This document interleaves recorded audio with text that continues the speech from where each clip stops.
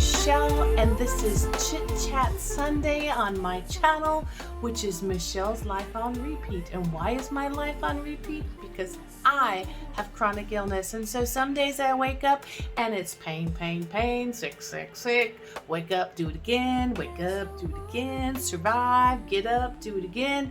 But in between all the ups and downs of chronic illness life and just life in general, I like to keep my mind and my hands busy, and I do it with those orchids in the back, and I do it with just fun things around the house. And today I just wanted to catch you up. It's been 1 week since I mentioned the Chit Chat Sunday last Sunday that I had to go in for a liver and abdominal test to see how things were coming along.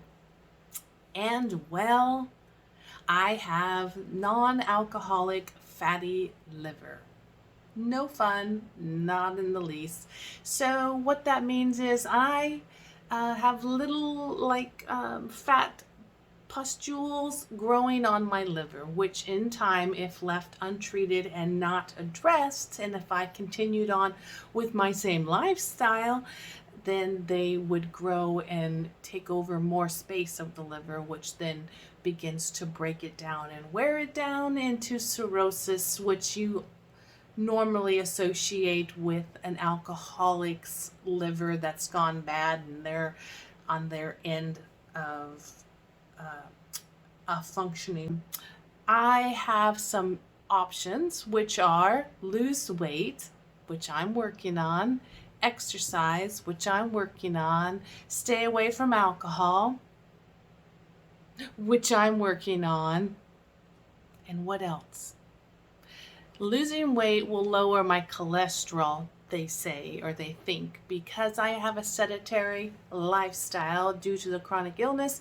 I'm not up running around, but when I can get up and move around, I do.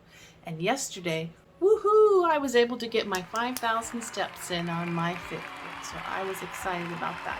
It's a small goal for me, and I rarely make it. In fact, the 2 days prior to that, I made it to 674 steps for the day. Yeah, that was a bad day for me. I had gone 3 or 4 days where I had doctor's appointments, running into town, had to drive. While I was in town, I had to stop at the store. And while I was in that part of town, I had to stop at my mama's and have lunch with her. And I think I had this 3 days in a row appointments like this, a busy schedule, busier than what my body and my mind is used to. And on the 4th day, I fell apart. I woke up with a swollen throat and sore throat. I had a day where I was down. I was in the bed. I only had with me 2 big pots of tea and lots of lemon, and just kept drinking some hot stuff and sleeping and drinking hot stuff and sleeping. And eventually, 24 hours later, I felt a world of difference. It's amazing with fibromyalgia how doing too much will whop us like we were out at the fair for a whole week, playing on all the rides, seeing all the animals, running around, doing all the late night concerts, when really all we did was get in the car and do a few drives to doctor's appointments. Come home and do lunch, come home and do lunch. Anyway, it wore me down, and with chronic illness that it wears you down. So I took a whole day where I just slept in bed with the tea kettle next to me, and I watched all my YouTubes. I caught up on a story on audio that I'm listening to. But now that I'm feeling better, I wanted to remind you that I did say last week that my goal for losing the weight was that I was going to start by watching my calories, and also by using the treadmill 5 minutes a day, which isn't much, but for me it is to start with. So I have been faithful in doing that. I missed 1 day, and that was the day that I had the man flu, laying in bed. So I gave myself a break, because the next day after that, I got the 5,000 steps in. So I figured it kind of weighed out. What do you think? If you say you're going to do it, do you get any days off from doing it? Is there any exclusions? Do you have to be on death's bed? Does it have to have blood bleeding from some part of your body in order for you to get the day off from the exercise? What's your thoughts on that? Don't forget to comment down below on what you're doing to make this week a better week for you. Do you have any goals? Let me know what they are, and I'll be cheering you on from way over here. Go team. We have to come up with a name. Go team, go. Anyway, I got up today. I did it. I was proud of myself, and it's now 1 full week. So I'm going into week number 2 of trying to watch what I eat. And by watching, I mean I'm still eating what I normally would eat, but I'm very cognizant of it. What I'm starting to do, and I'll show you my weekly pictures, maybe in between the blog here, my typical breakfast for the last 10,000 years has been a Cliff Bar, coffee, and a banana. And then I go back in the kitchen about an hour later and I'll want a bowl of cereal, or I'll want something else from the refrigerator, or I'll see something that's another bready carb item and I think I'll have that. And so what I'm doing now is I am adding I'm adding in vegetables and adding more fruit, and I put it all in a bowl, and that is my allotment of breakfast. And that way I don't walk back and forth into the kitchen and see the food and want something different. It's been working pretty good. So there's usually a Cliff Bar, and I put any fresh berries I have in the house. I like to add in some cherry tomatoes. I'll either add in carrots, celery, broccoli, snap peas. I know they don't sound like breakfast foods, but I put them all there. I have my 2 or 3 cups of coffee, and I am filled. I feel filled, especially when you're crunching the fibery vegetable at the end. You know, you got to start with your sweet and work your way down to the vegetables. Just how it works for me. And that seems to be doing well, and drinking lots of water. I could say that I've lost, well, we're not counting the scale weight after 1 week. It doesn't mean much. So drinking lots of water. And what else am I doing? Doing the movement. So I'm trying my best, and I go back in 3 months to see if there's been any improvement in dropping of the weight, and a new ultrasound of the liver, and in new blood draws that tell me if my ALT and my AST and my hepatic panels, that's just your blood work for your liver panels. If those numbers are dropping, then I'm doing well. If they're still there or they're climbing, then it might be one of the medicines that I take daily as my preventative that might be triggering this. And then we'd have to reevaluate whether there is a different medicine or whether I need to come off the medicine. So that's me in a nutshell. Well, yeah. Have you heard the fairies when they sing and dance? Oh, I wish it was me every night. When I close my eyes, I see. Down below me, you can't see it, is my bucket of water that I'm going to mix my nutrition. What's it called again? Fertilizer. And it has all these things in it. It's called Feed Me Fertilizer, and it's a 13-3-15. It has boron, zinc, copper. My label's wearing off. Iron, calcium, magnesium, potash, nitrogen, and some other stuff. It's wearing off. But I start with my water. I get my pH parts per million meter out, and it tells me what kind of particles are running in the water. It says there's 40, was it 46? 17 now. Let's change it. 47. 47, well, it went off. 47 parts per million. My container that I use every day to to fill up water and water my orchids. If I don't rinse it out really well, the plastic retains some of the nutrients and parts, and it shows up, instead of being 0, it'll show up with having parts already in it. Now we're going to check the pH. We want our pH to drop lower than just regular. Right now it is climbing up 6.5, 6.6, 7, 8. So when I put in my fertilizer, it will drop it down. My goal is to stay under 300 parts per million, all the way up to 7.2. So I'm going to put some of the fertilizer in, and that will knock it down. And if I need to, I can add pH down, or I can also just add more water to balance it up. Let me raise this up a little bit, see if you can see me. There. I raised it up a bit so you can see me a little bit better. So I put in a little bit of fertilizer, stir it up, I'm gonna test my pH and go from there again.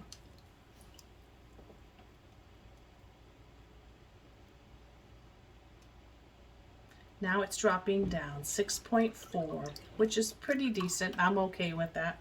6.3 would be better.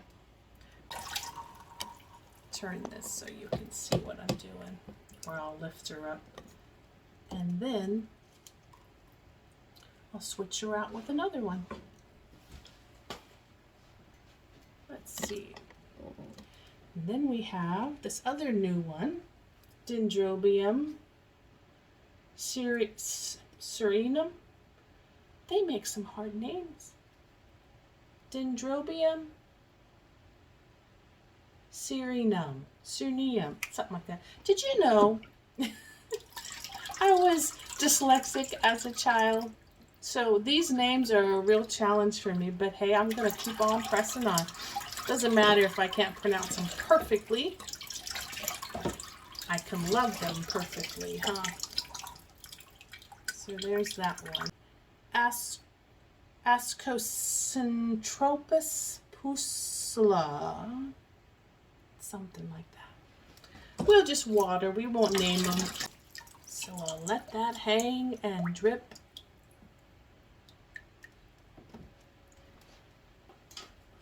And the next new one that I got, Orangus Zipper.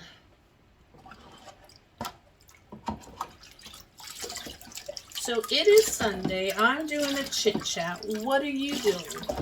What did you do this week? Or what do you plan to do next week? Do you count your Sunday as the end of one week or the beginning of the next week? This one is the Dendrobium lodogessii. I like that name. I can pronounce it. It's got lots of roots. I don't know if it needs to come off this mount. What do you guys think? Hey, Ed from Ed's Orchid, she's hanging roots off the mount. Would you remount her? Or would you let it go for the year and then remount her in the spring? Or just leave it alone? What would you do? Let me know. Because mounts are new for me. I have a few, but I mounted them. I looked up because they're above me. I mounted them on big pieces of bark so that they have room to grow and I wouldn't have to change them again.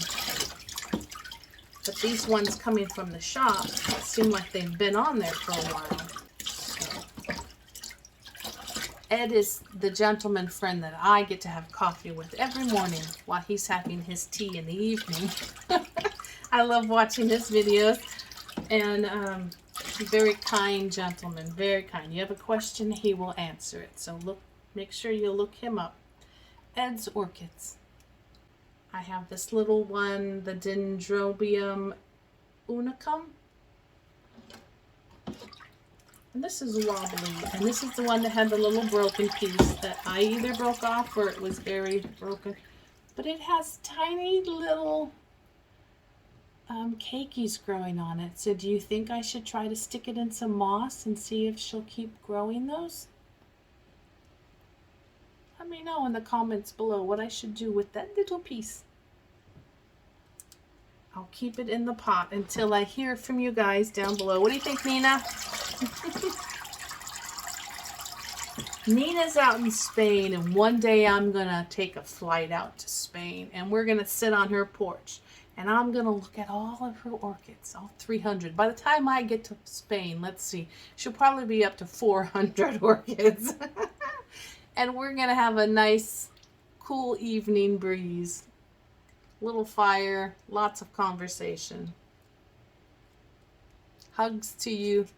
These are my traditional old ones that need to be watered on mounts. Give them a drink. I have yet to get a Telumnia to flower for me. It's elusive. Telumnia. This one is a Jarak Flyer Golden Fairy. And I did not get any blooms or spikes last year, so we're going into winter now, and I'm hoping I'll get something between now and, another year from now. This one is growing on. I remember I showed you it before. It's the BL Yellowbird. I had ordered a new one because this one was not very well thriving. It only had this one little growth. But now there's a new one. Look at that little peanut right there. I think I can. I'm going to grow up to be a big yellow bird. So I will keep watering her until she tells me no more. I thought she wasn't going to make it, but she's strong. Here's the big version of the yellow bird. See, I put them right next to each other on the shelf, so this one can encourage this one. But this is the bigger version. So that small one that was mounted, I may not see any flowers on that one for 2-3 years. Round and around. Buttercup. I have 2 divisions of Buttercup. This one and this one over here, because there was 2 in a pot when I opened it up. So these Packley, you can see them. There they are. They're beautiful. And I don't really know what to do with these. I might end up, if they don't flower for me by next summer, I may pass them on to someone in the US, because these are my beautiful Maxillaria tenuifolias. I call this little small one Maxine and the big one Maximus. That was the small one, but they've never spiked and they've never flowered, and this will be the 2nd year that I've had them. They've gotten greener and longer and taller, and I love the beauty of the green. But this is the one they call the coconut orchid, and it likes a lot more heat. Nina said, put it outside in the sun. But in Oregon and Portland and the Vancouver area, you don't get many days of sun that's hot sun. And knowing me, I'd put it out there and forget about it. And then we get some nice cold rain. So I'm trying to grow it. I've been trying to grow it in my grow room here with the temperature at about 72, and in the hot summer, sometimes it would get up to 75. I don't think that's hot enough for them. Let me know in the comments, those of you who know this plant well, if you think it will bloom eventually, or it needs hotter than that.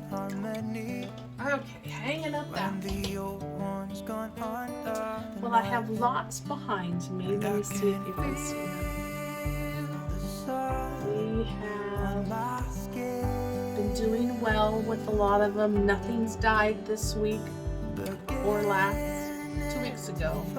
There we are. I did lose a fowl, but nothing's died this week. I think I'm finally getting it. Less water is better. Well, I wish you well. I'm not going to bore you with all my waterings, but I wanted to let you see my new ones that I got and just check in with you. So I hope you're having a great week. I hope the whole week ahead of you, you find something beautiful and you find joy in every single day.